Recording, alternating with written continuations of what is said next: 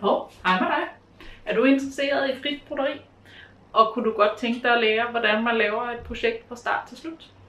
Jeg skal i gang med at brodere denne her islandske galdrestav. Det er et magisk symbol, som beskytter mod onde ånder.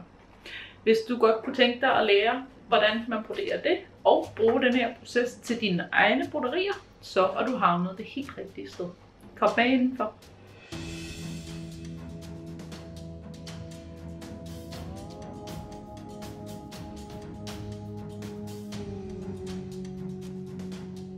Videoen her skaber et forløb i det frie broderi fra startmotiv til færdig broderi, som man kan følge. Og undervejs er der forskellige valgmuligheder, som man kan træffe, hvis man kigger på de gamle videoer, som jeg linker til. Man kan også bare følge det forløb, som jeg har gjort, og få et rigtig godt resultat.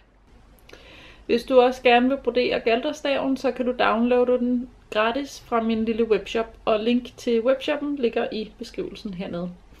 I denne her pdf-fil, der ligger både den galdrestav, som jeg kommer til at brodere her i videoen, men også 2 galdrestave mere, som også beskytter mod onde ånder.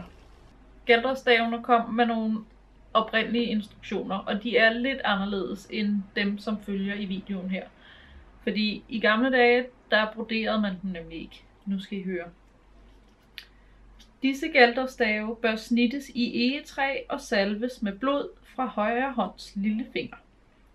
Derefter bør det hænges over døren til dit hus, hvorefter ingen ond ånd vil komme ind.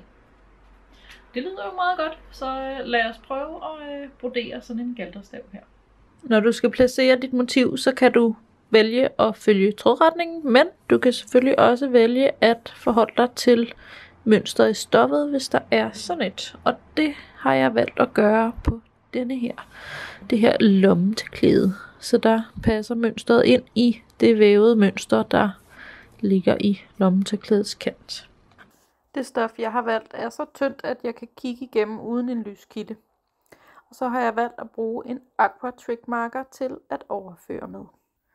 I videoen om overføringsteknikker med penne, så er der en hel masse andre valgmuligheder, blandt andet forskellige lyskilder, hvis dit stof ikke er lige så tyndt som mit. Jeg har bestemt mig for at brodere med 3-trådet amagergarn, men du kan brodere det her motiv med en hvilken som helst type garn, du gerne vil brodere med. Det skal bare passe til stoffet selvfølgelig. Jeg har mit amagergarn her på sådan nogle snedige vinsler, og det kan man også gøre med alle mulige typer garn. Det kan du se i den lille video om nem og hurtig adgang til garnet. Jeg har valgt at brodere min galdrestav med kædesting, fordi det er en af stregteknikkerne, som samtidig giver lidt god fylde. Men man kan også vælge at brodere med en af de andre teknikker. Det kan være kontursting, eller splitsting, eller dobbelt forsting, eller man kan lave den en lille smule tykkere, og så lave den med fladsyning, eller ophøjet fladsyning, som kan være rigtig, rigtig lækkert, men lidt mere tidskrævende.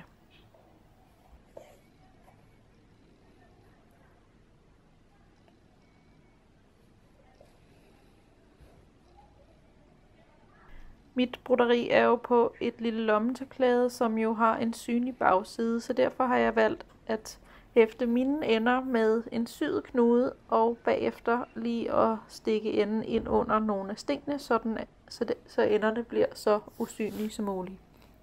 Hvis du broderer med noget tykkere garn, eller ikke har en synlig bagside, så kan du vælge en af de andre knuder, som man kan vælge i den video, jeg har lavet med 7 forskellige måder at hæfte ende på.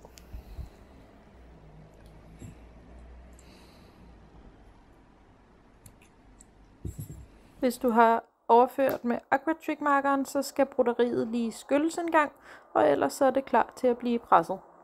Du kan se, hvordan du presser dit broderi i videoen om at presse broderiet, så du får en rigtig lækker finish. Det var det lille magiske symbol. Jeg håber, du har fået nogle rigtig lækre og kraftfulde galdrestave ud af videoen. Eller at du er kommet rigtig godt fra start med dit eget motiv. Husk, at du kan abonnere på min YouTube-kanal ved at trykke på logoet nede i et af hjørnerne her. Og hvis du er interesseret i at se mere fra mig fra min Facebook eller Instagram side, så kan du finde links til dem og til min lille webshop nede i beskrivelsen her i videoen. Det var alt for mig. Indtil vi ses næste gang. Rigtig god fornøjelse og rigtig god hygge. hej.